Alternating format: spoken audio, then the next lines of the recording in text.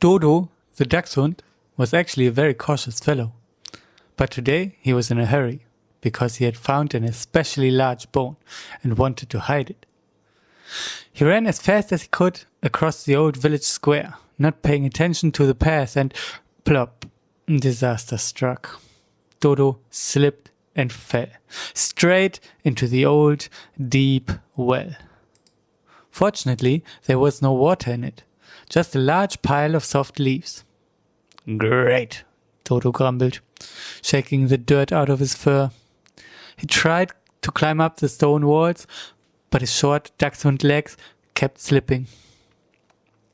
After a while, he heard footsteps above. It was the rabbit children from the village. "Hello, help, get me out of here!" DODO shouted as loud as he could. But down in the well, his voice echoed strangely. It didn't sound like a dachshund at all. It sounded like a hollow, spooky hoo-hoo. "Did you hear that?" cried one of the rabbits, his ears trembling. "The ghost of the cursed well! He wants to eat us!" The rabbits screamed so loudly that DODO almost got a headache, and they bolted as fast as their paws could carry them. "I'm not a ghost, I'm DODO!" he yelled after them. But then it happened again. He was so annoyed by the cowardly rabbits that, much like his distant relative Gustav, he felt like sticking his head in the sand. Since there was no sand there, he simply pulled his hoodie over his ears and sulked in the dark. When will his streak of bad luck finally end, he thought. A little later, the old mayor passed by the well, carrying a lantern.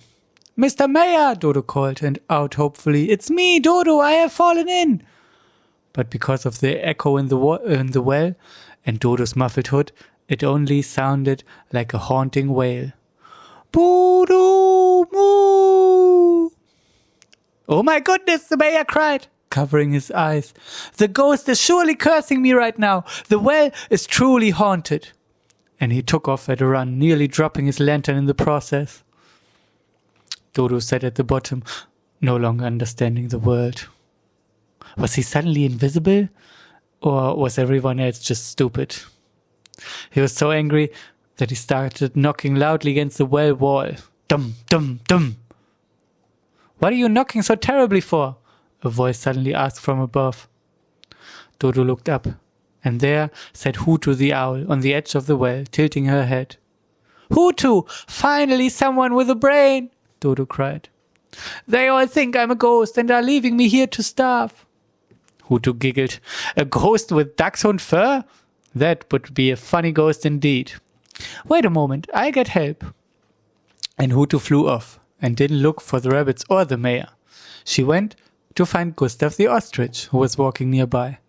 "Gustav," Huthu called, "DODO has fallen into the well, and everyone is afraid of him." Gustav, who now knew exactly what it felt like to be alone and in a tight spot, didn't hesitate for a second. And together with Huthu and a long rope, he ran to the well. As they arrived, a ghostly grumble echoed from below.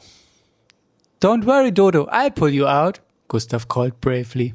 He tied the rope to a tree and lowered the end into the wall. DODO held on tight, and Gustav pulled with all his ostrich strength until the dachshund finally landed back on the grass. Just at that moment, the villagers had returned with pitchforks and torches to drive away the ghost. When they saw Gustav and Huthu standing there with DODO, they stopped in their tracks, amazed. "There isn't a ghost at all," cried George the ostrich, disappointed, as he had actually hoped for something exciting. "Of course not," Gustav said proudly, patting the dust off DODO's back. "You just have to look closely. And not be such a scaredy-rabbit." From that day on, the village no longer spoke of the cursed well, but of how bravely Gustav and Huthu had saved their friend. And DODO? From then on, he buried his bones only in very flat meadows, where there wasn't a well to be seen for miles.